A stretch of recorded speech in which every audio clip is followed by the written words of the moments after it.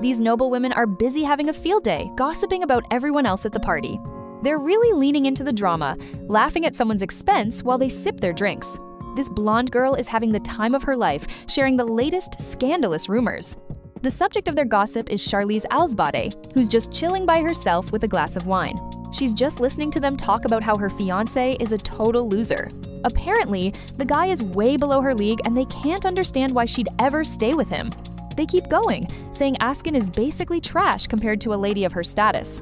Charlize finally decides she's heard enough of their nonsense and prepares to move. The girl is still laughing, totally clueless that she's about to get soaked.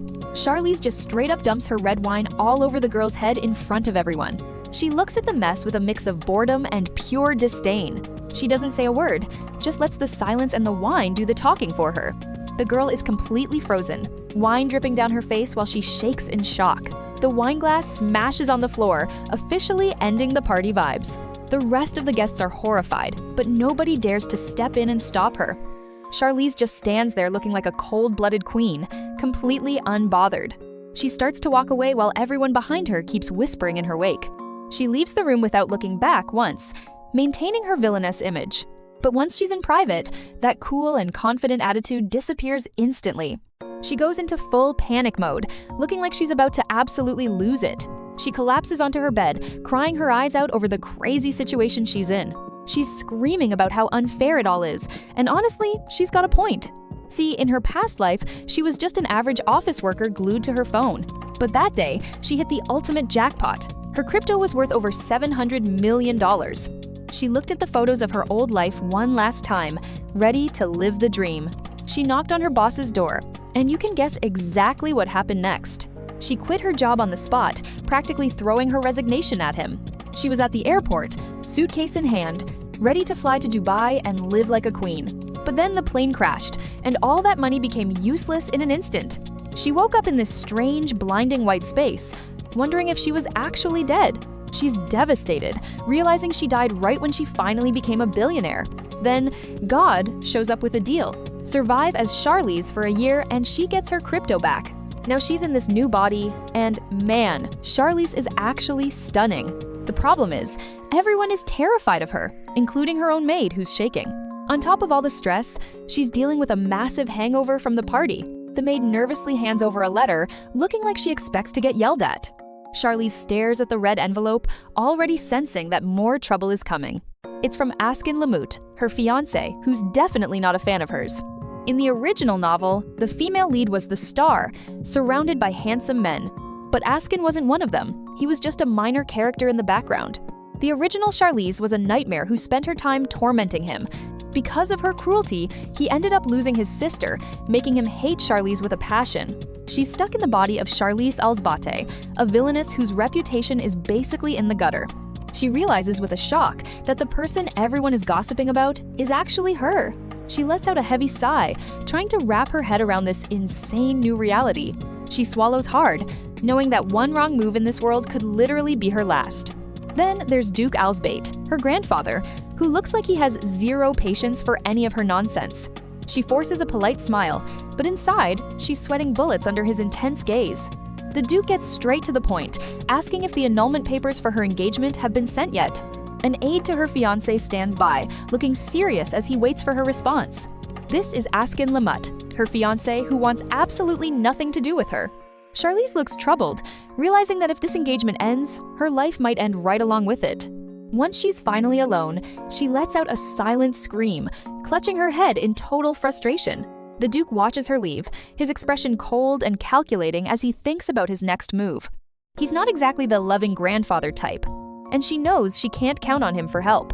Charlize looks like she's about to cry, feeling the weight of the original villainess's mistakes. She stares out the window at the bright morning sun, wondering how she's going to survive the day. She notices a stack of letters on the table, and they don't look like they contain good news.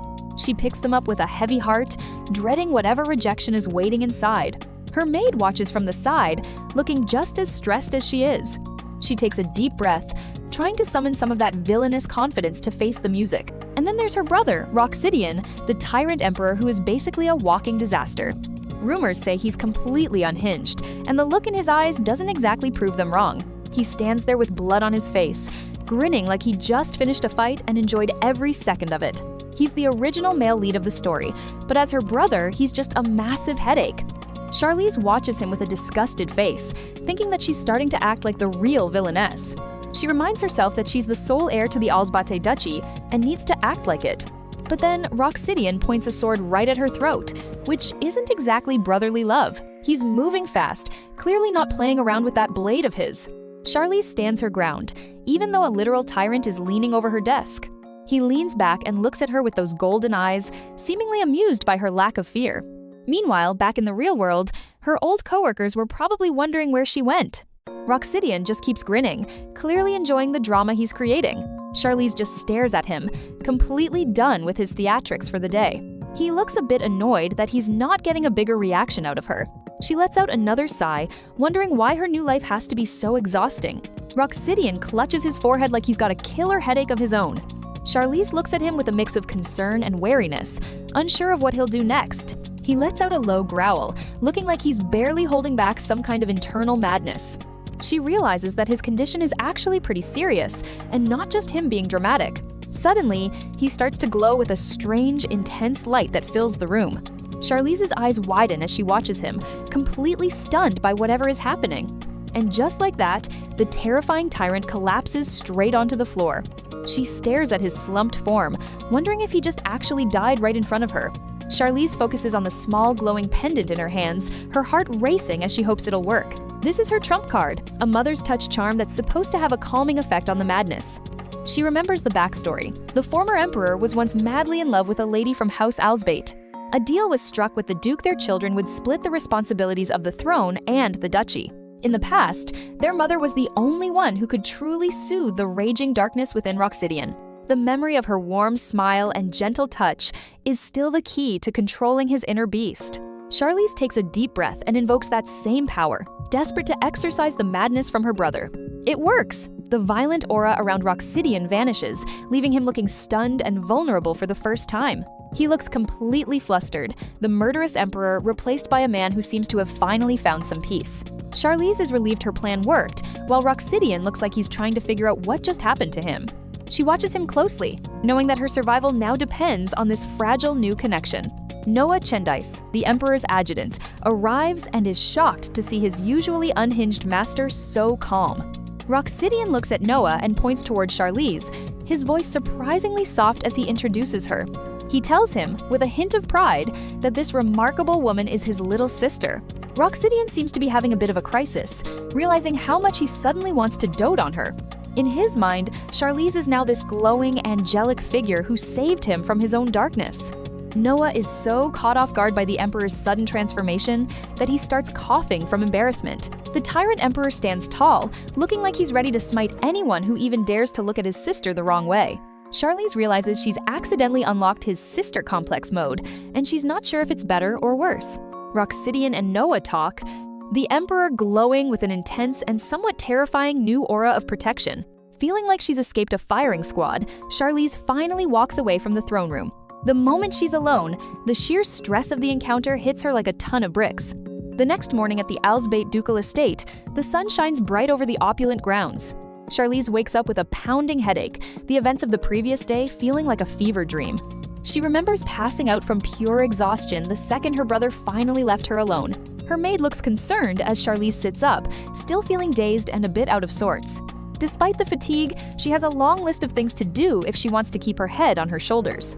The maid hands her a small vial of potion, something to help clear her head and give her some energy. Charlize stares at the golden liquid, wondering if it can actually cure the villainous stress she's feeling. She takes it with a steady hand, hoping it'll give her the strength she needs for her next move. She looks at herself in the mirror, observing the glowing potion as she thinks about her plan for the day. She tells her maid that she's going out, and she needs to look her absolute best for it. The maid is eager to assist, feeling a bit of that villainous charm that Charlize seems to be projecting. The other servants whisper in jealousy, wishing they could look as effortlessly elegant as their lady. Charlize steps out in a stunning black and red dress, looking every bit the high-ranking duchess she's supposed to be. She's determined to change her fate, one strategic visit at a time. She arrives at the Remut estate, noticing the sharp contrast between their home and her own. As she walks through the halls, she can feel the weight of the original Charlize's bad reputation. The Remut staff bow with stiff, awkward movements, clearly surprised by her sudden appearance. Charlize keeps her head high, her expression unreadable as she waits to be announced. Even in this hostile environment, her beauty is undeniable, standing out like a rare bloom. A butler nervously informs her that her presence has caused quite a bit of confusion in the house. Charlize feels like she's talking to a brick wall as she tries to make polite conversation. The man before her remains stoic and unmoved, his face a mask of duty and skepticism. This is Ben, the loyal aide and knight to Duke Askin Lemut, and he clearly doesn't trust Charlize. She watches him as he leads the way, realizing that winning over this household will be an uphill battle. She tries to offer a friendly, innocent smile, hoping to soften the icy tension between them. But Ben's distrust is palpable. He's seen too much of the old Charlize to believe this sudden change. He keeps his gaze lowered, his expression cold as he performs his duties with rigid formality. Charlize looks on, her eyes sharp as she assesses the situation she needs to find a way to break through his guard. Ben confirms her suspicions with a stiff, formal tone, his voice as cold as ice. Despite the chilly reception, she remains composed and elegant, a vision of beauty in the gloomy mansion. The afternoon sun filters through the trees, casting a soft, golden light over the garden. Later, Charlize takes a moment to rest on a bench, looking like a painting in the quiet garden. The warmth of the sun and the gentle breeze provide a much-needed break from the palace drama. In her mind, she's just soaking in the peace, trying to enjoy a rare moment of tranquility. As the sun begins to dip below the horizon, the sky is painted in vibrant shades of orange and pink. Suddenly, something catches her eye, and her expression shifts from calm to intense curiosity. She can't help but feel a bit nervous, wondering if she's about to run into more trouble. The Remut mansion stands tall against the twilight sky, its grand architecture reflecting its fading noble legacy. Charlize stands at the edge of the terrace, looking out over the grounds with a contemplative air. The garden is filled with beautiful, well-tended plants, a sign of care in an otherwise cold place. She spots a figure moving among the flower beds, someone who seems out of place in this formal setting. A bouquet of delicate blue flowers lies forgotten on the path, as if someone left in a hurry. She approaches the stranger, curious about the person who has been quietly tending to the garden. She comes face to face with a young girl with silver hair and large, innocent blue eyes, Remut, Askin's sister. A golden sunset washes over the grand Alsbate estate. A man with cool silver hair and piercing blue eyes steps out.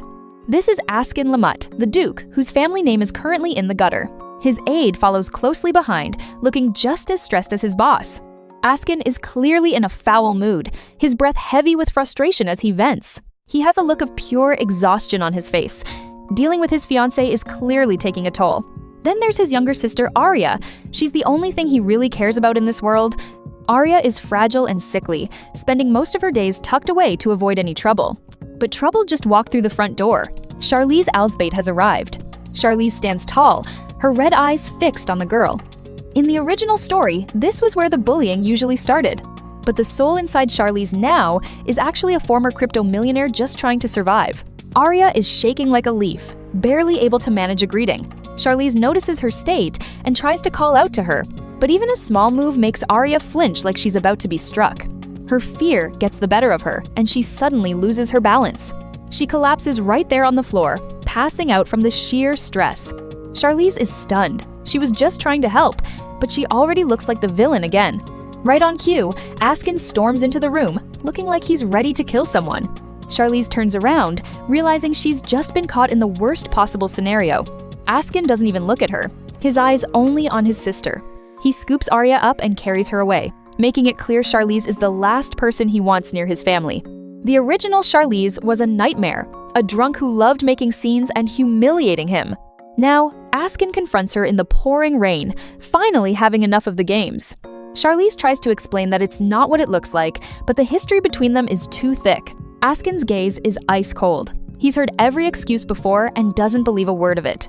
He raises a hand to shut her up, refusing to hear another lie. Charlize is left speechless. He's actually serious about ending the engagement right here.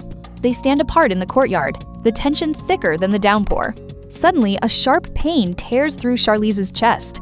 It's a divine penalty if he breaks up with her. She dies. She clutches her heart, struggling to even breathe as the warning kicks in. Askin doesn't see the pain. He just demands she leave and promises to pay back everything they owe. Charlize snaps back. She can't let him walk away, not when her literal life is on the line. He turns his back on her, ready to end this disaster once and for all.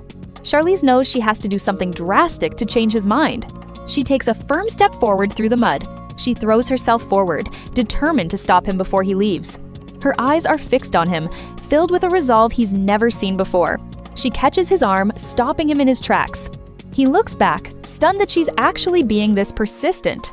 She holds on tight, making sure he listens to her. She drops the act and gets straight to the point. A 1-year contract engagement. Askin stares at her, seeing a person he doesn't recognize anymore. Night falls over the estate as the wheels of a new deal start turning. Arya finally wakes up, looking a bit better after that massive scare. Askin is right by her side, looking relieved that his sister is finally conscious again. They share a quiet moment together, and it's clear they only have each other to lean on in this crumbling estate. Arya tries to put on a brave face for her brother, but she's still incredibly weak and pale. Askin can't stop thinking about what Charlize told him, that she really didn't touch his sister this time. Later, they sit down for a formal talk. Charlize is trying to look composed, but the tension is thick enough to cut with a knife. Life in the Grand Remut castle isn't as glamorous as the outside world thinks. It's mostly just quiet desperation now. Askin stands by the window, staring out at his struggling territory and wondering how much longer they can last. He's reaching the end of his rope, and he knows it. The family flag still flies high, but everyone knows the estate is basically on its last legs financially. Meanwhile, Charlize is back at her own place, enjoying some tea like she doesn't have a single care in the world. Back at the Remut estate, the staff is panicking because they're running out of even the basic necessities. Askin hears the report and just closes his eyes, trying to block out the reality of their situation. He's drowning in debt, and the only person offering a hand is the one woman he hates most. He turns away in frustration, his mind racing for any other option besides making a deal with her. His butler looks like he's about to have a heart attack from the pure stress of it all. Finally, Askin sits down at his desk, staring at a blank scroll and preparing for the worst. He picks up the pen and begins to write. It's time to start making deals, even if they leave a bitter taste in his mouth. Every word he writes feels like he's selling another piece of his family's pride. A shadow hangs over him, a constant reminder that he's cornered with no other way out. But then, a crazy rumor starts spreading through the capital like wildfire.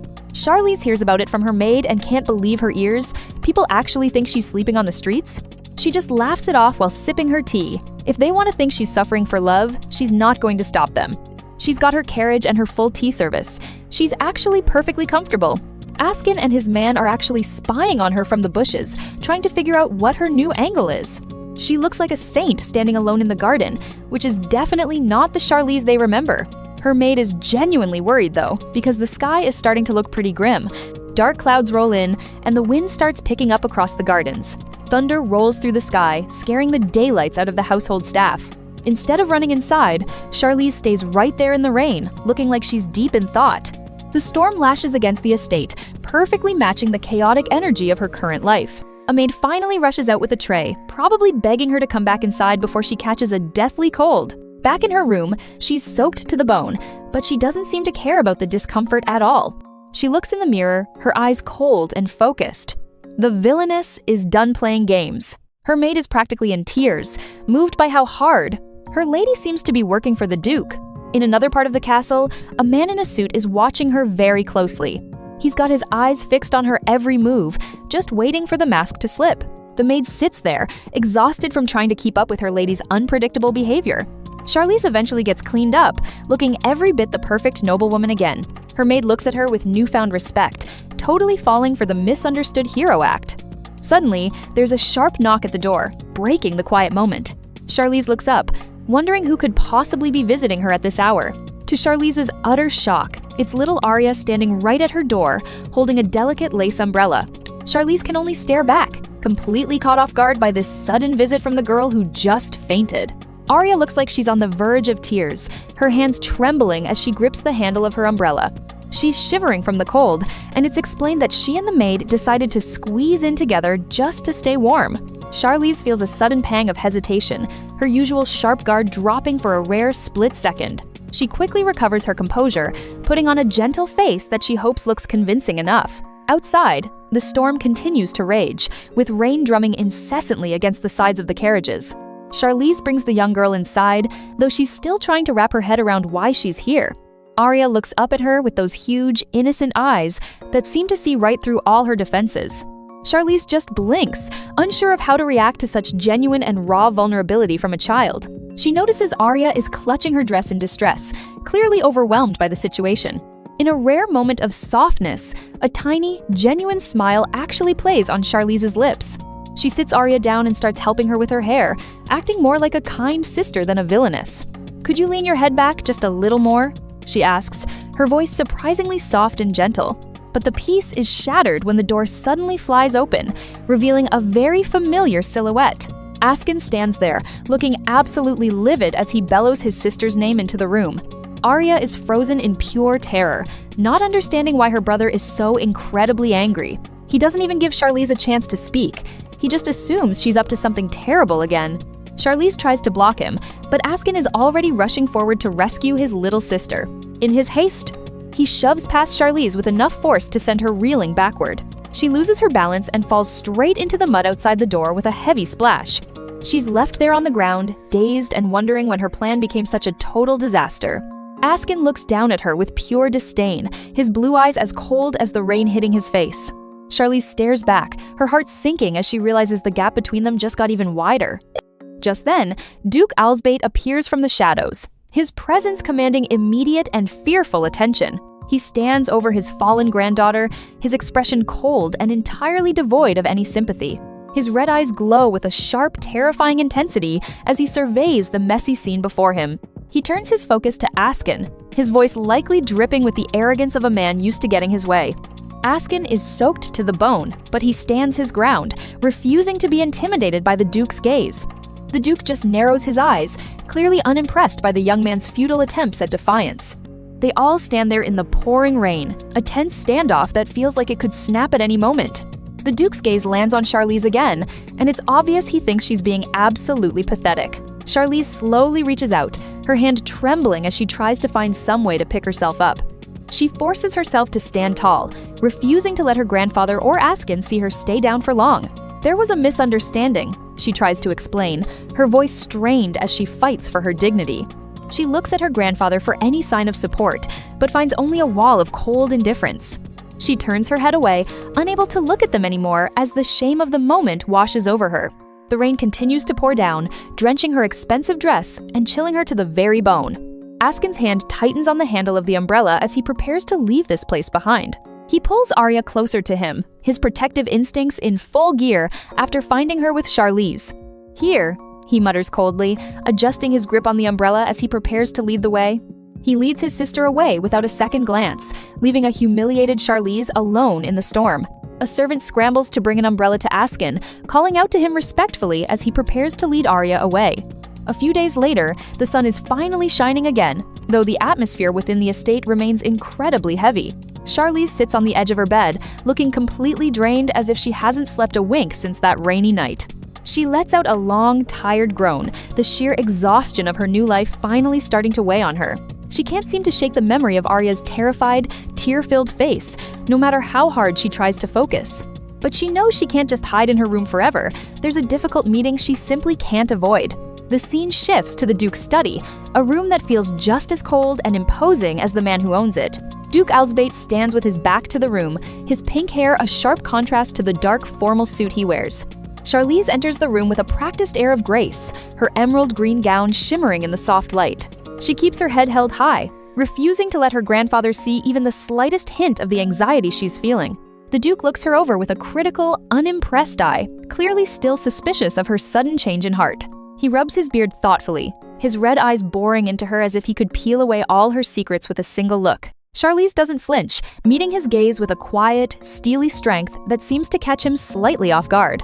The air in the room is thick with tension as they face each other, two generations of the powerful Alsbate family.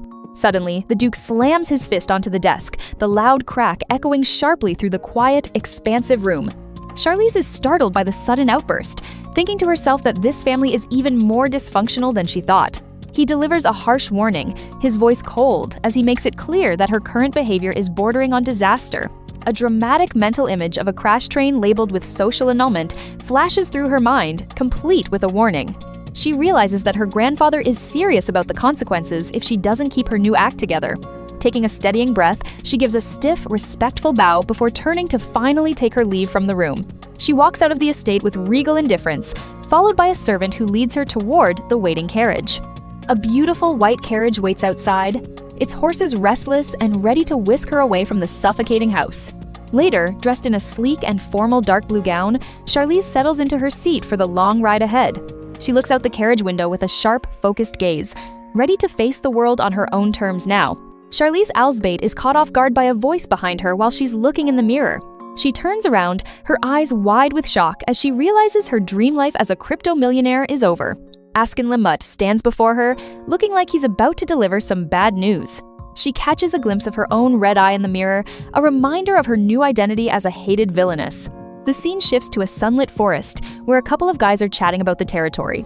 A heavy carriage wheel is stuck deep in the mud, showing just how rundown things have become. Charlize looks back at her fiancé, her mind racing to find a way to survive this novel's plot. She rests her chin on her hand, trying to stay composed despite the sudden transmigration. She hears something outside and looks out the window. A group of curious local kids are hiding behind a fence, watching the scary noblewoman. A man steps forward and introduces himself as Zet. Charlize gives him a side eye, keeping up her intimidating noble persona. Down in the dark, rainy woods, someone is huddled on the ground in distress. It's Arya Remut, and she's looking absolutely terrified and frail. The other kids peek out, probably too scared to help their friend. Zet watches the situation unfold, his face showing a mix of concern and wariness. Charlize maintains her distance, her expression cooling as she takes control. She points a finger, giving direct orders to the staff to deal with the situation. The local workers look nervous, clearly having heard the rumors about her cruelty. But Charlize just gives them a confident smirk, knowing she's about to play a different game. The scene cuts to the massive and opulent estate of the Alsbate family. Charlize is back home, sitting in a garden greenhouse while a maid waits nearby. Her brother, Roxydian, makes an appearance. He's a literal tyrant, but he looks strangely calm. Charlize stands to greet him, her body stiff with tension. She starts to sweat, knowing one wrong word to her brother could be fatal. But she uses a special keyword their mother left behind, and the Emperor's terrifying aura suddenly vanishes. She lets out a small gasp, relieved that her taming strategy actually worked. Next up is her grandfather, Duke Alsbate, who is just as cold as he looks. He questions her about why she's spending so much money on a failing territory. His red eyes search her face for any sign of a hidden motive. Charlize holds her ground, keeping her expression neutral under his intense gaze. He turns his back on her, seemingly finished with the interrogation for now. She watches him go, her expression hardening into something more determined. A devious smile slowly creeps across her lips. She's starting to enjoy the role of the villainess. The Duke pauses, convinced he's finally seeing his granddaughter's true greedy nature. She speaks up, her voice firm and authoritative as she explains her plan. The old man lets out a booming laugh, clearly impressed by her ruthlessness. He heads for the door, feeling proud of his cold-hearted granddaughter. He peeks back into the room, telling her to bring him the results of her little game. The opulent lounge is left silent once he's gone. Charlize heads through the mansion, her mind already on her next move. She knocks on a large set of double doors, ready to face the next part of her survival mission. Charlize Alsbate is having a complete mental breakdown. She's clutching her head in absolute panic, trying to wrap her brain around the fact that she's stuck as a villainess in a novel. Her pink hair is a mess, and her expression is pure misery as she realizes just how many death flags she's currently facing. A voice suddenly breaks through her spiral, calling her name. It's the blue-haired man, looking down at her with a mix of concern and confusion. Charlize is breathless, the reality of her situation hitting her like a freight train as she looks up at him. He asks her if she's feeling all right, his usually sharp expression softening just a bit. She doesn't answer, her red eyes locked onto him in sheer shock. The scene shifts to the cold, quiet halls of the Imperial Palace at night. Inside, Roxydian Alsbate is in the middle of a violent outburst, standing over a man with a menacing smile. The Emperor's yellow eyes are glowing with a terrifying bloodlust, his face spattered with blood. The man on the floor is trembling, begging for mercy as he looks up at the Tyrant. Roxydian is ready to strike again, his beastly blood madness having taken complete control of him. Stop! Charlize's hand glows with a soft light as she finally intervenes. She and her companion burst into the room, breaking the heavy, murderous atmosphere. The second Roxydian sees her, his expression shifts instantly. "My little sister," he says, all the bloodlust gone. He drops the victim and grabs her hands, acting like the world's most doting older brother. He's suddenly all sparkles and hearts, completely ignoring the carnage he was just about to cause. The blue-haired man stands in the background, looking like he's just witnessed something completely impossible. Roxidian fixes his hair, trying to look presentable for his sister after her sudden taming. The companion tries to interject, but he's clearly out of his league with the Emperor's weird energy. He watches the two siblings, his face full of confusion as he tries to make sense of Roxidian's obsession. Roxidian doesn't care about the other man's confusion, he's too busy being smug about his sister's attention. The three of them stand in the grand hall, the air thick with tension and awkwardness. Charlize puts on her best innocent sister act, hoping she can keep the monster inside her brother at bay. She gives him a bright, flower-filled smile that seems to be the only thing that works on him. Roxidian and the blue-haired man exchange a skeptical look, neither of them quite trusting the other. The Emperor looks down at his sister, his gaze sharp and calculating despite the doting brother act. He crosses his arms, leaning back and watching her every move with those predator eyes. Charlize looks away, her mind racing to keep up the charade without slipping up. The companion's suspicion is practically radiating off him as he watches the two interact. Charlize clutches her mother's magical necklace, the only thing keeping her brother sane. The blue-haired man is left completely baffled by whatever the Emperor just said, his face a total blank. The whole scene devolves into a chibi standoff, the tension turning into something more comedic. Charlize holds the red stone of her necklace, her one lifeline in this dangerous family. Her gaze hardens, the fear being replaced by a cold, sharp determination. She holds the jewelry close to her chest, looking somber as she thinks about the burden she's now carrying. Roxidian watches her closely, his expression unreadable as he studies her reaction. A silhouette of a royal couple appears, a fleeting memory of a time before the family fell into madness.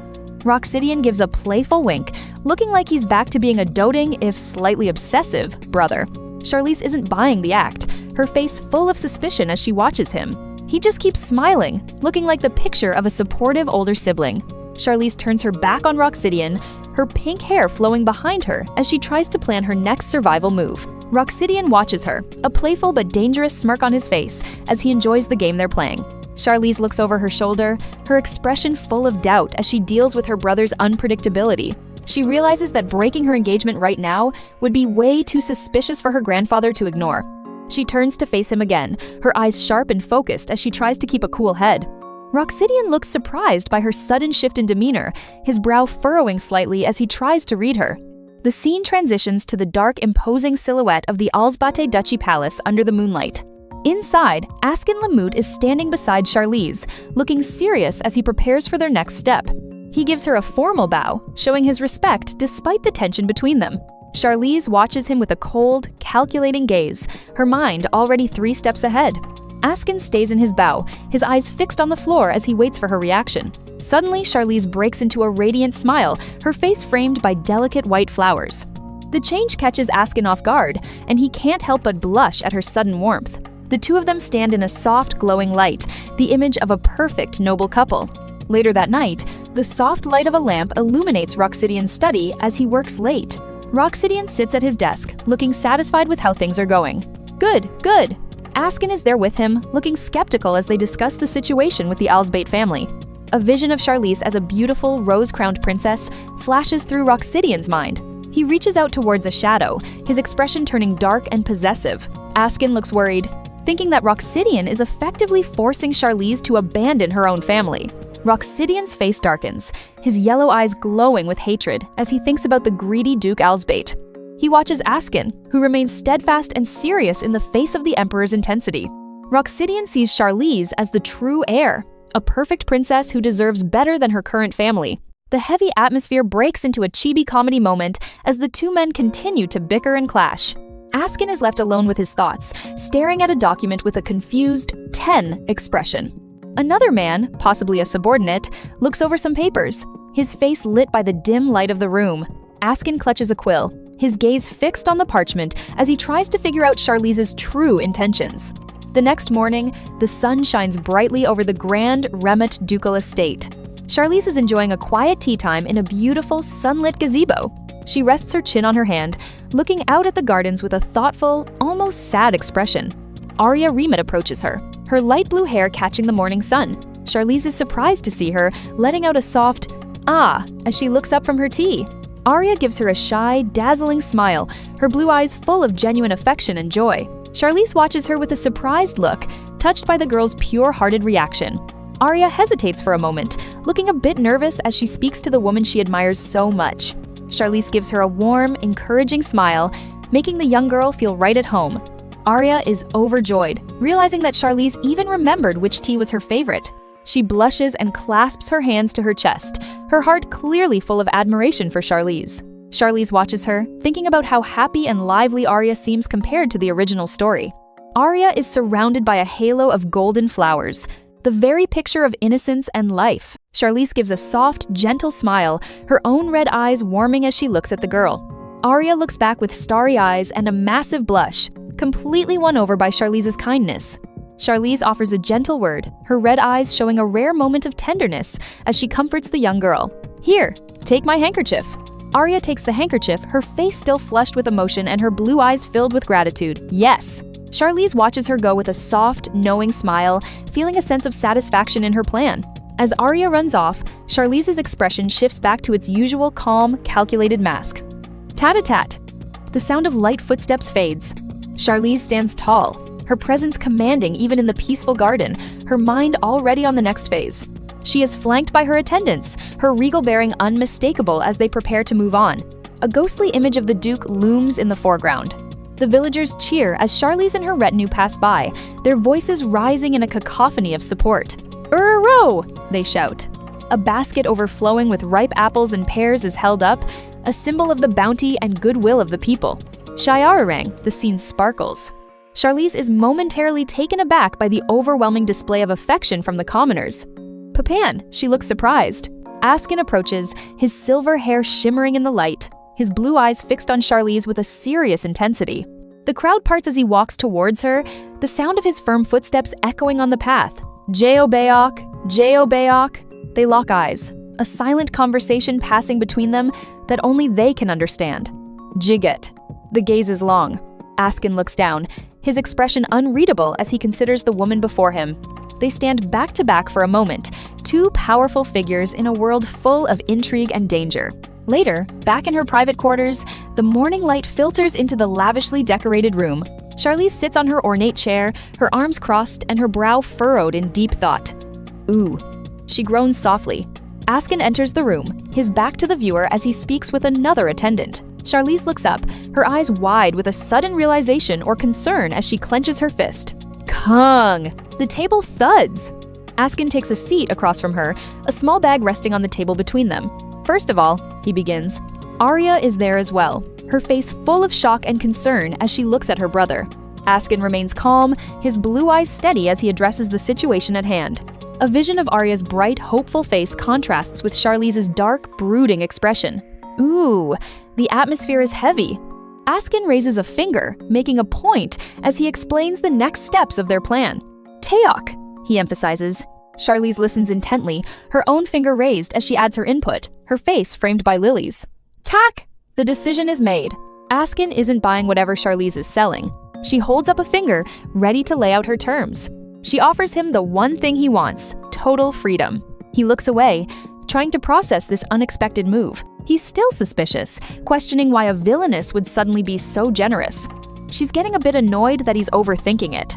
The room stays dead quiet as they face off across the table. To him, she's still the shadow of a greedy woman who controls his fate with jewels and gold. He knows he's drowning in debt, and his pride is taking a massive hit. Plus, his little sister Arya is sick, and he's desperate to save her. Charlize slams a heavy bag of gold right in front of him. She's not just talking, she's bringing the actual funds. He's actually blushing now, completely caught off guard. She tells him straight it's just a one-year deal. He can't believe she's actually being reasonable for once. She gives him a confident smile, knowing she's got him hooked. He just stares at her, his brain totally fried. She grabs her bag and gets ready to head out. It turns out gold is heavy, and she's struggling to look cool while lugging it around. He just watches her go, still processing the weirdest meeting of his life. She lets out a laugh, probably at how pretty he looks when he's confused. He's left there with a serious case of mixed signals. He finally heads out, but his head is still spinning. He looks back one last time, face still flushed. Charlize sticks her tongue out, proud of herself for handling that pretty boy. Back outside, her carriage and guards are waiting for her. She's still in her finery, looking every bit the noble lady. Suddenly, something catches her eye and makes her stop. A group of local kids approach her, holding out some wild berries. They want to thank her for the flood relief money she sent their way. Her guards look ready to chase them off, but she stops them. She reaches into her pouch and pulls out some gold coins for them. She gives them a gentle smile, showing a side her guards haven't seen. The little girl is absolutely starstruck by the kind lady. Charlize takes off one of her expensive hairpins. She tucks it right into the girl's hair as an extra gift. The kids tackle her with a huge hug, much to her surprise. She eventually says her goodbyes and heads toward the carriage. A fancy carriage pulls up near her estate. She notices a family crest that wasn't in her notes. It's late, and this mysterious guest is definitely making an entrance. Out steps Ian Child, looking like a dream but acting like a nightmare. Charlize watches as the newcomer approaches. He greets her with a charming smile that doesn't quite reach his eyes. He plays the gentleman perfectly, leaning in to kiss her hand. Askin is watching from the sidelines, looking a bit tense. Charlize can't help but compare him to Roxidian. They both have that same dangerous vibe. She thinks back to her deal with Askin and how things have changed. Ian's touch is soft, but it definitely gives her the creeps. This is Ian Child. The man she knows is bad news from the original story. He keeps up the friendly act, clearly trying to win her over. She keeps a straight face, not letting him see how much he's bothering her. He stands there looking all heroic, but she knows better. She crosses her arms, trying to figure out what his real game is. She gives him a skeptical look, wondering why he's really here. In the background, Askin looks like he's having a minor crisis. Ian just laughs it off, probably thinking he's got her right where he wants her. Later on, the whole mansion is quiet under the moonlight. Askin is wandering the halls, looking like he can't get to sleep. He stops to think, his mind clearly racing with everything going on. Ian, meanwhile, is looking pretty smug about his progress. He's already weighing the gold and the power he expects to get out of this. Askin eventually turns away, his face a total mask. He remembers how hard he's had to work just to keep his head above water. He gets so worked up that his magic actually starts to flare up. Ian's green eyes narrow as he starts focusing on the next part of his plan. He taps his chin, deep in thought about his next move. He tells her he'll have a solid answer for her within a week. He gives a polite bow as he wraps things up for the day. He looks a bit surprised, like something didn't go quite as expected.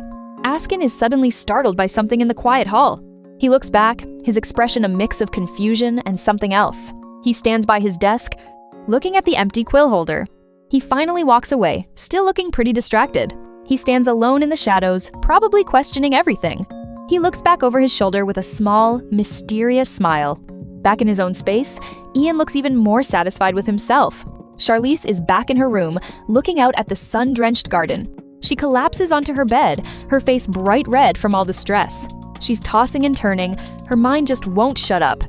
Suddenly, a wave of pain hits her, and she clutches her head. Outside the room, the guards are freaking out, wondering what's happening. The maid rushes in and immediately checks on her, looking terrified. Charlize just rubs her eyes, looking totally exhausted from the ordeal. The maid looks absolutely terrified as she stands before Charlize. Charlize, looking weary from her recent ordeal, just stares back at her. Suddenly, one of her knights enters the room with a stern expression. He's dragging two small children along by their arms, treating them like criminals. Charlize watches in total shock, her hands gripping her gown as she realizes what's happening. She recognizes them immediately. They're the same kids who gave her those wild berries. The two children are trembling with fear as they stand in the middle of the grand room.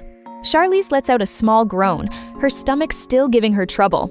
She covers her mouth, feeling another wave of nausea as the gravity of the situation sinks in. The knights look proud of themselves, thinking they've caught the assassins who poisoned their lady. They stand over the children, waiting for Charlize to give the order to punish them. Looking past the knights, she can see the pure terror in the children's eyes. She knows she has to do something fast before these guys do something they'll all regret. The knights are completely oblivious to her true feelings, expecting her to play the villainous role. They look genuinely confused when she doesn't immediately start screaming at the kids. Instead, a dark protective aura seems to settle over her as her anger boils over. She points a finger at the knights, her expression turning ice cold. She's clearly beyond furious that they would treat innocent children this way. The knights are taken aback by her sudden and terrifying change in demeanor. Charlize just stares them down, her eyes burning with a silent, dangerous rage. A close-up of her red eye shows just how much this whole situation has upset her. The knights finally start to look a little uneasy, realization starting to crawl up their spines. She stands her ground, her face a mask of absolute cold determination. The knights are visibly shaking now, absolutely terrified of what she might do to them next. She looms over the room, her presence heavy and oppressive as she lets her magic flare. Her eyes glow with a faint light as she prepares to give them a piece of her mind. The knights quickly make themselves scarce, practically tripping over each other to leave. The two children are left alone on the floor, still trembling from their terrifying ordeal. Charlize takes a deep breath, smoothing out her dress as she tries to calm her racing heart. She sits down at the table with them, where a spread of tea and sweets is already waiting. The young boy looks up at her with big, tear-filled eyes, still clearly shaken by everything. The maid watches from the doorway, looking both relieved and a bit worried for the children. "Those absolute bastards," Charlize mutters under her breath, her eyes still flashing with anger. She softens her gaze as she looks at the children, her voice becoming gentle and reassuring. The maid starts to relax, seeing that her mistress is actually being kind for once. The little boy lets out a small, shaky hiccup as he finally starts to calm down. Charlize reaches into a small, ornate jewelry box she was holding. She pulls out something that sparkles brilliantly, immediately catching the children's attention. It's a beautiful, glowing gift that she presents to them with a warm, genuine smile. The children look on in wonder, their fear completely forgotten as they see the treasure. The little girl carefully takes the gift, her eyes wide with amazement and joy. She gives a huge, happy grin, her whole face lighting up with pure, unadulterated happiness. Charlize looks down at her drink, her expression weary as she finally finds a moment of peace. "That's enough," she says, dismissing the staff. "You can go home now. I'm going to rest." The maid bows deeply, clearly relieved by her mistress's sudden and unexpected kindness. Charlize watches her leave, her mind already moving on to the next problem she needs to solve. Later, in a sun-drenched office, Charlize stands before a large, ornate desk. "So, what does it look like?" she asks. She throws open a chest with a triumphant "ta-da!" revealing a fortune in gold coins. Her grandfather, Duke Alsbate, sits across from her, his face a mask of cold, calculating indifference. Charlize's expression hardens. She knows he's not going to make this easy for her. The Duke looks down at the chest of gold, his hands steepled as he prepares to negotiate. He leans forward, a smug and unpleasant grin spreading across his face as he speaks. Charlize crosses her arms, her patience wearing thin as she listens to his transparent greed. A chibi thought bubble of Ian Child pops up, his devious smirk suggesting he's just earning his paycheck. Suddenly, the Duke says something that catches Charlize completely off guard. She looks genuinely horrified, a bead of cold sweat forming as she realizes the depth of his schemes. A flash of a memory, a young girl with blue hair looking up at a vast, starry sky crosses her mind. The Duke casually taps on a stack of gold, his eyes fixed on the wealth he's managed to extort. Charlize forces a polite, empty smile, hiding the absolute disgust she feels for her own kin. The sun sets over the grand Alsbate Palace, casting long golden shadows across the stone walls. Back in her chambers, Charlize collapses onto her bed, the weight of the day finally crushing her. She stares blankly ahead, her eyes reflecting the exhaustion of a woman trying to rewrite her fate. Suddenly, a figure in a dark hooded cloak slips silently into her room, moving with predatory grace. The intruder reaches up and pulls back his hood, revealing a face Charlize wasn't expecting to see. Charlize gasps in surprise, her eyes wide as she looks up from the bed. It's Noah, a mysterious man with dark navy hair and calm blue eyes, who offers her a small, enigmatic smile. The grand castle towers over the estate as the sun begins to set. Count Ian Child makes a flashy entrance, sporting a smile that doesn't quite reach his eyes. Charlize Alsbate is immediately on edge, sensing that this guy is nothing but trouble. He tries to charm her with an offer to handle her debts, but she's not buying it for a second. She stays composed, refusing to be swayed by his smooth talk. Ian just leans back, seemingly amused by her cold reception. Suddenly, a high-end designer appears, eager to showcase some new luxuries. Charlize and her fiancé share a look of utter confusion at the sudden fashion show. A line of maids starts bringing in stacks of expensive fabrics and jewels. The room quickly fills with high-priced goods that Charlize never even asked for. Seeing all this wealth makes her think back to the poor children she helped earlier. She vividly remembers the joyful laughter of the little girl she'd met. The child had been so terrified when they first came across each other. Charlize had reached out to give her a reassuring pat on the head. Back in the present, her mood shifts as her eyes take on a sharp, dangerous glow. One of the maids looks absolutely smitten by the sudden change in atmosphere.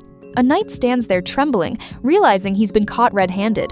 Charlize holds up the stolen hairpin, her expression turning lethal. The thief looks like he's about to collapse from the sheer pressure she's emitting. She gives him a look that says his time is officially up. She turns away, done dealing with someone so pathetic. Askin Lemut watches the whole exchange, clearly intrigued by her firm stance. Charlize slams her hand down, silencing the entire room. The maid is caught off guard by the princess's sudden show of authority. Her red eyes gleam with the legendary bloodlust of her family line. Roxidian Owlsbait points a finger, calling out the traitor for everyone to see. The servant is frozen in place, terrified of what the emperor might do. She nervously tries to straighten his cape while he continues his dramatic display. Charlize tries to regain her calm as Askin watches her from across the room. A maid rushes over, stumbling over her words as she delivers more news. She drops into a deep bow, terrified of being the next one in trouble. The emperor looks like he's seconds away from losing his temper completely. Charlize leans in close, whispering a stern warning to the flustered girl. Askin just sits back and observes the chaos while quietly sipping his tea. Charlize checks his reaction, wondering what he makes of her family's behavior. Suddenly, the maid starts pummeling the corrupt knight as a form of discipline. Askin actually finds the whole scene pretty hilarious and can't hide his smirk. Charlize decides to ignore the violence and goes back to eating her macaron. She enjoys her snack while the beating continues in the background. The knight is left looking completely disheveled and regretful. Charlize watches the fallout with a stoic expression. She starts to feel the pressure of her family's reputation, breaking into a light sweat. Charlize Owlsbait thinks back to when she first reached out to help the village children. She stands her ground, firing the cruel knights who tried to punish the kids in her name. The local people are stunned by her change of heart, calling her a truly noble lady. Back at the estate, Askin Lemut is clearly weighed down by his family's mounting debt. An aide brings him even more bad news regarding their financial situation. Askin rubs his temples, feeling the walls closing in as the interest piles up. He tries to keep a brave face while sitting with his sickly sister Arya. Remut can sense the tension, her eyes filled with worry for her brother. The reality of the 50% penalty fee from the Duke is absolutely crushing him. Charlize watches from across the room, fully aware of the trap her grandfather set. She offers a small, knowing smile, already calculating her next move. The aide finishes his report, completely unaware of the political games being played. Askin suddenly stands up, perhaps realizing there's no easy way out of this nightmare. The palace grounds are peaceful, a sharp contrast to the financial chaos unfolding. Charlize sits alone in the garden, reflecting on the villainous role she has to maintain. Her red eyes flash. The weight of her lineage is a burden she can never truly escape. A carriage pulls up, bringing her back to her Imperial duties. She steps inside, finding her loyal aide, Noah, waiting for her. She looks skeptical as he approaches with a message from the capital. Noah keeps a professional demeanor while handing her a bouquet of flowers. He presents the gift as a rare sign of appreciation from her supporters. Charlize isn't easily impressed, giving the blooms a cold, distant stare. He takes his leave after delivering the report, his job finished for now. She remains behind, her mind already shifting to her next inevitable encounter. Ian Child watches her from a distance, a predatory grin on his face. He steps out to greet her, playing the role of the perfect, charming gentleman. Charlize is immediately disgusted by his oily personality and fake pleasantries. She can see right through his pretty boy facade and knows exactly what he wants. He produces a bottle of rare wine, trying to win her favor with luxury. She eyes the gift suspiciously, sensing a trap in every word he speaks. Ian holds it out, his poisoned apple nature on full display as he makes his pitch. But things don't go according to his carefully crafted plan. The bottle slips from his grasp in a sudden, clumsy accident. He watches in horror as his expensive bait tumbles toward the ground. The bottle shatters on the floor, red wine spilling everywhere like a messy omen. Charlize doesn't even blink, watching him struggle to maintain his composure. Ian is left speechless, his smooth charm completely broken by the mishap. He tries to laugh it off, but the damage to his cool persona is already done. The palace garden remains as beautiful and indifferent to his failure as ever. Charlize reaches out, ready to take full control of the narrative. Her red eyes reveal the cold determination hiding beneath her elegant surface. She turns on her heel and walks away, leaving him to deal with the mess he made. Charlize Owlsbait returns to the parlor, where Askin is still reeling from the day's events. Askin Lemut tries to regain his composure, but the weight of his family's debt is visible in his eyes. He looks every bit the fallen noble, desperate for a way out of his predicament. A maid approaches them, her expression filled with a strange mix of pity and fear. Charlize senses a shift in the air, her instincts as a former reader of this world kicking in. Her suspicions are confirmed when Ian Child makes his grand, uninvited entrance. Ian Child, known as the Poisoned Apple for his dangerous charm, greets them with a saccharine smile. Askin bristles at the sight of him, sensing the underlying malice in the man's oily presence. Ian wastes no time, offering to clear Askin's debts in exchange for a mysterious contract. He looks like a savior, but Charlize knows the high price he truly demands for such help. She stands firmly by Askin's side, refusing to let him fall into such a blatant trap. After a cold dismissal, Ian Child takes his leave, though his parting look is anything but friendly. Charlize turns to Askin, who is still struggling with the crushing weight of his reality.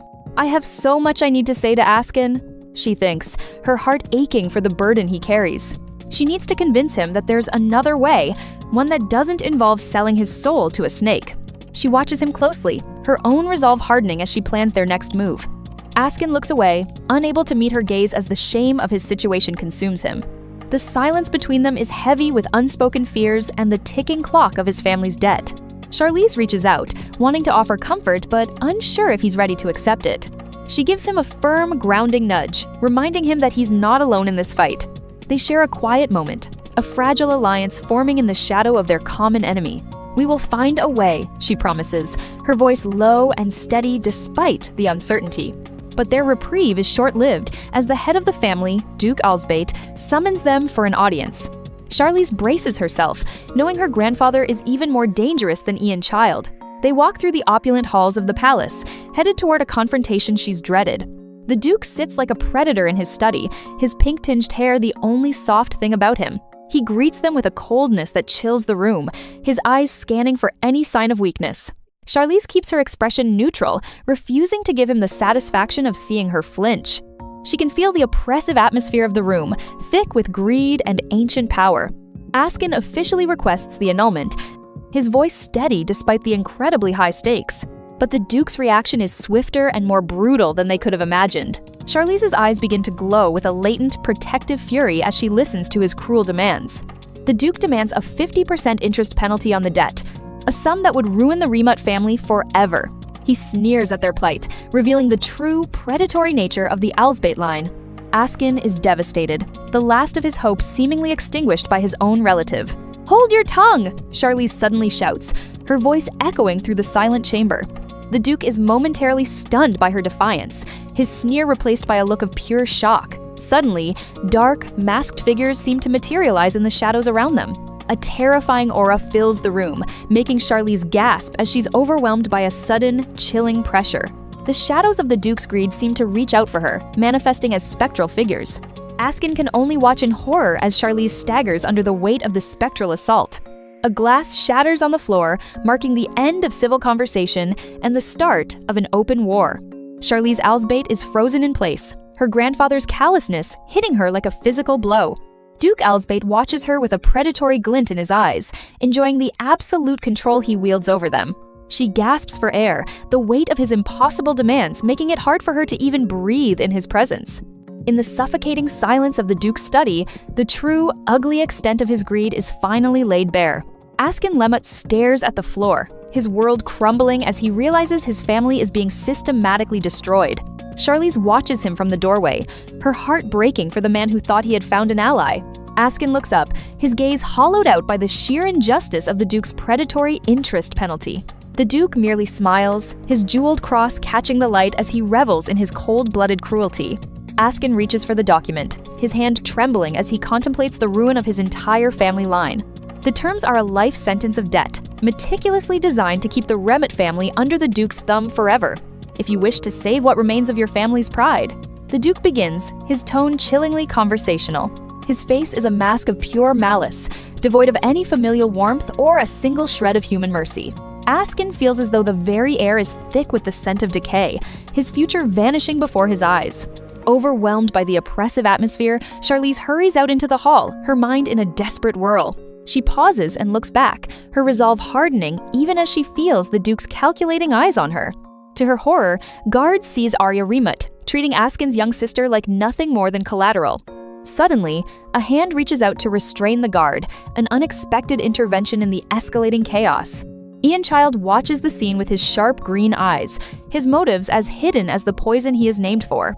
Charlize wanders the palace halls, her mind racing as she searches for any way to undo her grandfather's work. The grand exterior of the Alsbade estate stands tall, a beautiful facade for the darkness that dwells within its walls. She spots Askin preparing to leave the estate, his silhouette lonely and broken against the fading evening light. "Askin!" she calls out, her voice filled with a desperate need to offer some hope to the man her family has failed. Her red eyes search his face, reflecting both the setting sun and the fire of a new, fierce determination. But Askin can only look back at her with a single, silent tear, his spirit crushed as he prepares to ride away. Charlize looks a little bit nervous as she finishes up her proposal. Askin is completely floored, standing there in total silence after what she said. He quickly turns his back on her, trying his best to keep his cool. His face is bright red, and he's definitely not looking back at her now. He heads straight for his horse, clearly ready to get out of there. He focuses on his mount, refusing to give her another opening to talk. Charlize watches him go, her mind already shifting to the next problem. She sighs, feeling the weight of the messy situation she's inherited. The two of them stand far apart, the silence in the courtyard growing thick. She blinks, surprised by how quickly he finally made his exit. They share one last awkward moment before he finally leaves the estate. She looks down at the ground, wondering if she pushed him too far with that deal. Askin is still blushing like crazy, unable to get her words out of his head. He grabs the reins, desperate to put some distance between them. He gives her one final, complicated look before fully mounting up. Without saying another word, he gallops away into the distance. Charlize heads back inside, her brain already racing with new plans for survival. Meanwhile, things are moving behind the scenes at a completely different estate. Count Ian Child stares out the window, looking like he's in the middle of a scheme. He looks over a contract that could put the Lemut family deep in his pocket. One of his men hands him more paperwork on their massive family debt. Ian lets out a suspicious smile, feeling like everything is going according to plan. Later that night, Charlize takes a walk in the garden with Noah to clear her head. She looks pretty stressed, and it's not just because of the political mess.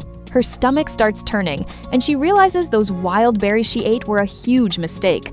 Noah looks at her with concern, noticing she doesn't look well at all. Their quiet moment is interrupted by a group of rowdy knights causing a scene. One of them starts shouting, accusing someone of lying about their report. Noah looks disgusted by the unnecessary noise and the knights' behavior. Charlize's expression turns cold as she stares down her own soldiers. She's not about to let this kind of behavior slide on her watch. She takes a stand, ready to put these knights in their place once and for all. Elsewhere, Arya is still bedridden and looking incredibly frail. Charlize knows she has to fix this if she ever wants to win Askin's trust. The night remains quiet over the estate, but a secret healing mission is underway. Askin rushes into the room, his heart sinking as he fears he might be too late. To his shock, he finds Arya sitting up and looking remarkably better. She looks at her brother with a gentle smile, her fever finally broken. He reaches for her hand, his own trembling with sheer relief. She beams at him, telling him she finally feels like she can breathe again. Charlize stands back with Noah, watching the siblings finally find some peace. She had sent a top-tier Imperial mage to handle the job, and it worked exactly as she hoped. Askin looks down at his sister, his expression a mix of relief and lingering concern. Arya looks back at him, her eyes bright and her strength clearly returning. He tells her he has to head out for a bit, promising to come back as soon as he can. Once he's out of her sight, he takes a deep breath in the hallway to steady his nerves. He walks down the corridor with his assistant, the weight of the long night finally lifting. Outside, the sun is shining brightly over the estate, finally signaling a fresh start for the family. Back at the palace, Charlize looks at her reflection in the mirror, feeling completely worn out. Her maids are trying to get her ready, but she's mostly just focused on a growing stomachache. Suddenly, a loud crash echoes through the room as someone slams the door open. Charlize looks over with a look of pure exasperation, already knowing exactly who it is. She stares at the doorway, bracing herself for her brother's usual over-the-top entrance. Emperor Roxidian literally kicks the door right off its hinges, making his presence known. Charlize just watches him, wondering why he can't ever just use a door handle like a normal person. He struts into the room with a smug look, completely ignoring the terrified staff around him. He flashes a handsome yet terrifying smile, clearly in the mood to cause some trouble. His personal guards follow close behind, their intense expressions matching their master's energy. Charlize clenches her fist, trying to stay calm while he starts throwing his weight around. He turns his attention to their grandfather, Duke Alsbate, who is already starting to sweat. Charlize watches the exchange, knowing her brother is about to put the old man in his place. Roxidian looks amused as he watches the Duke squirm under his intense, golden-eyed gaze. He brings up some jewelry, using it as leverage to make the old man back down. The Emperor looks satisfied as his plan starts to force the Duke into a corner. The Duke looks like he's about to faint as the pressure in the room becomes unbearable. Roxidian just laughs, clearly enjoying every second of the old man's distress. The grandfather's face is pale with fear, and he looks desperate for any way to escape. Roxidian looms over him, his mere presence enough to silence any further argument. He gestures toward the old man while delivering a final, chilling warning. The air in the room practically vibrates with the Emperor's terrifying bloodlust. The Duke retreats, looking completely broken by his grandson's overwhelming power. He tries to say something else, but his voice fails him as Roxidian stares him down. Later, the scene shifts to the city's grand cathedral for the upcoming banquet. A carriage is waiting outside, surrounded by a heavy guard in formal Imperial uniforms. Noah stands ready, his expression serious as he prepares for the day's high-stakes events. Charlize sits inside the carriage, looking out at the city with a look of quiet determination. She talks to Noah, going over the final details of their plan one last time. The guard listens intently, his focus entirely on her as he confirms his orders. He promises to keep her safe and handle any trouble that might arise at the banquet. Roxidian walks alongside her as she exits, his presence keeping any onlookers at a distance. One of the palace staff bows so low, they're practically touching the floor in respect. They pass through the grand halls, the palace's history lining the walls in suits of armor. A maid drops to her knees in a show of total submission as the Imperial siblings pass. She stays down until they're long gone, the fear of the Tyrant Emperor still fresh in her mind. Charlize stands tall in her magnificent gown, her expression unreadable as she faces her brother. Roxidian crosses his arms, looking completely unfazed by the intensity of the situation. Charlize looks at her reflection, perhaps doubting the path she's chosen to take. She catches her brother's eye in the mirror, the tension between them almost palpable. Roxidian gives her a smirk that would terrify anyone else, but Charlize just looks annoyed. The maids watch from a distance, amused by what they consider a typical sibling squabble. Suddenly, Askin appears, his calm demeanor a sharp contrast to the chaotic energy in the room. Roxidian's expression immediately sours, a vein practically popping out of his forehead. Charlize waves off her brother's dramatics, wanting to focus on the task at hand. Roxidian's gaze turns icy, his patience clearly reaching its absolute limit. Charlize stands her ground, refusing to be intimidated by his dark Imperial aura. The Emperor grits his teeth, his frustration with his sister's defiance plain to see.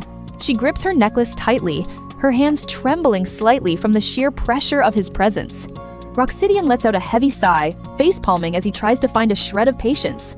He looks back at her, his anger having shifted into a strange, mocking amusement. A dark smile spreads across his face, signaling that he's far from finished with this confrontation. Charlize glares at him, her eyes burning with a silent fury of her own. The two of them continue their heated argument, much to the confusion of the staff nearby. Roxidian watches her closely, his sharp eyes never leaving her for even a second. They move into the grand hall, where a man is waiting for them with a look of pure terror. Roxidian doesn't waste any time, immediately asserting his dominance over the poor soul. Charlize watches from the sidelines, her expression going completely blank as the scene unfolds. The massive doors are thrown open, revealing a room that's surprisingly empty and quiet. She looks away, the weight of the Imperial family's legacy pressing down on her shoulders. Duke Alsbate looks on with a stern expression, clearly unhappy with the Emperor's current conduct. Roxidian leans in, his voice a low growl as he asks if she's really trying to shield the man. Charlize rubs her eyes, the stress of the day finally starting to catch up with her. She looks like she's about to lose it, her patience having completely evaporated. She takes a deep breath and bows her head, trying to maintain some semblance of order. When she looks up again, her gaze is cold and sharp, enough to make anyone rethink their actions. The next morning, the sun shines over the city as the preparations for the big event begin. A group of noblewomen are already gathered, excitedly discussing the latest Imperial gossip. They all turn in shock as a new figure makes a grand entrance into the area. Charlize walks past them in a stunning dark green gown, ignoring their whispers entirely. She enters a room overflowing with luxury goods, from ornate chests to expensive dresses. She takes a seat, looking completely at home amidst the overwhelming wealth and opulence. Her latest gown is put on display, its intricate lace and jewels shimmering in the light. The noblewomen from earlier look on in awe, their previous gossip quickly forgotten. A maid enters the room, her footsteps light as she approaches the seated Charlize. Charlize looks up, her expression softening slightly as she addresses the young woman. The maid leans in and whispers something to her, her face full of genuine concern. Outside, the noblewoman with the blue hair looks on with a worried expression, sensing trouble. Charlize stares at the small, unassuming envelope in her hand, her expression a mix of curiosity and anticipation. The heavy blue wax seal catches the light, bearing a crest that she recognizes all too well. She stands with her back to her maids, taking a quiet moment to prepare herself for what's inside. Somewhere else in the palace, Askin looks pensive, his thoughts likely lingering on the message he just sent. With a steady hand, Charlize breaks the seal and begins to unfold the parchment. Her maids watch her every move, their eyes sparkling with excitement as they await her reaction. The letter's message is clear. Askin will attend the commemorative banquet as her fiancé, just as they agreed. A soft blush colors her cheeks, a rare sign of genuine emotion from the usually calculated noblewoman. She looks up, her eyes wide with surprise, as if she can't quite believe the gamble actually paid off. She rests her chin in her hand, looking pensive as she considers the implications of his acceptance. Surrounded by the wealth of her family, Charlize prepares herself for the grand social stage of the banquet. She gives her maids a firm look, ensuring they understand the importance of the tasks she's assigned them. With a confident gesture, she makes it clear that she expects nothing but perfection for the upcoming event. She looks down at the letters again, a sense of quiet triumph finally settling over her. In a rare moment of unbridled joy, she kicks her feet up, savoring the success of her latest scheme. She relaxes in her chair, holding the confirmation of her engagement close, her future finally looking secure. Across the capital, a group of noble women sit together, the atmosphere thick with gossip and intrigue. They lean in close, their voices hushed as they trade the latest scandalous details about the Alsbate family. A blonde noblewoman looks particularly agitated, her brow furrowed in annoyance at the news. She takes a slow sip of her tea, her calm exterior belying the storm of jealousy brewing inside her. She addresses the group with a sharp look, her words likely aimed at further tarnishing Charlize's reputation. Her face contorts with a flash of anger, her resentment for the villainous plain for any observer to see. A dark, mocking smile plays on her lips as she envisions the potential for disaster at the banquet.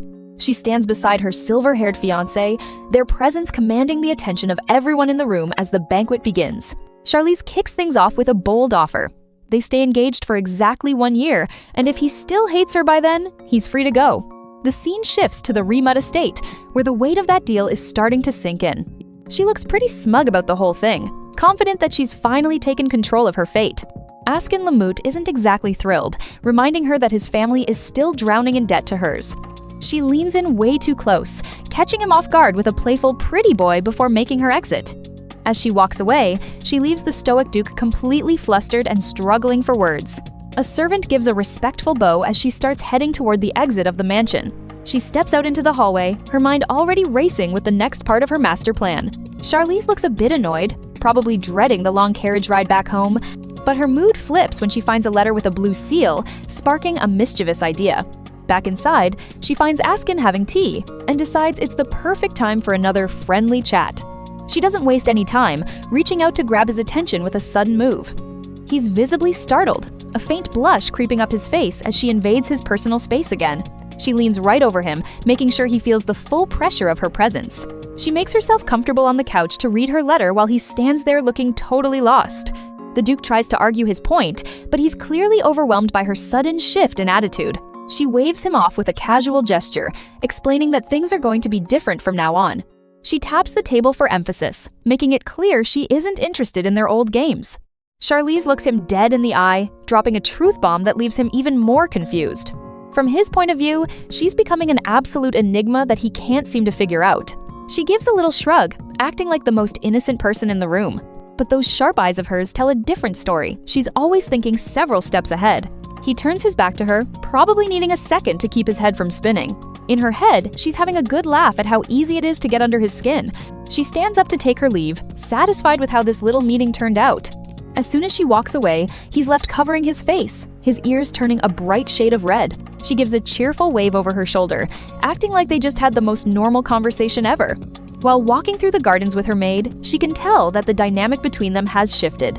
She spots someone waiting for her. It's Arya, Askin's younger sister, who's been struggling with illness. Arya waves enthusiastically, looking genuinely happy to see the woman everyone else fears. They start talking, and Charlize makes a real effort to be warm and approachable for once. The young girl hesitates for a moment, looking a bit unsure of herself as she speaks. They sit down by the fountain, enjoying a rare moment of peace, away from all the noble drama. Arya pulls out a golden brush, a small token of thanks for everything Charlize has done. She shows it to her with a shy smile, and Charlize looks genuinely touched by the gift. But her expression quickly softens with concern as she looks at the girl's frail state. Arya looks up at her with pure, innocent trust, a far cry from the glares Charlize usually gets. Later, she watches from the window as a carriage pulls away, wondering what's next for her new friend. Back on the bench, Arya starts to look a little gloomy again as reality sinks back in. Charlize lets out a bright, cheerful laugh, trying her best to lighten the mood for the girl. It seems to do the trick, as Arya looks surprised, and maybe even a little bit hopeful for the future. Charlize's eyes sharpen with new determination. She's going to make sure this girl stays safe, no matter what. Charlize finishes her talk with Arya, leaving the young girl looking far more hopeful than when they started. Back at the mansion, the pressure is on as the staff scrambles to get Charlize ready for the Imperial banquet. She adjusts her attire, her mind already navigating the complex political games she'll have to play tonight. With her resolve as sharp as her gaze, Charlize is ready to show the world that this villainess is no longer playing by their rules.